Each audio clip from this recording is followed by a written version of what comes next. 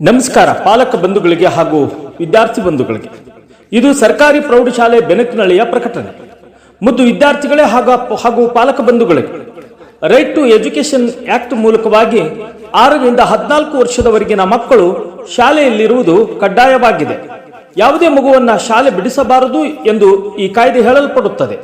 ಪ್ರತಿ ಮಗು ಶಾಲೆಗೆ ಬರುವುದು ಕಡ್ಡಾಯವಾಗಿದೆ. ಎಲ್ಲ ಮಕ್ಕಳನ್ನ ಶಾಲೆಗೆ ಕಳುಹಿಸಿ ಶಾಲೆಯ ಎಲ್ಲ ಸೌಲಭ್ಯಗಳು ಮಕ್ಕಳಿಗಾಗಿ ಮೀಸಲಾಗಿವೆ.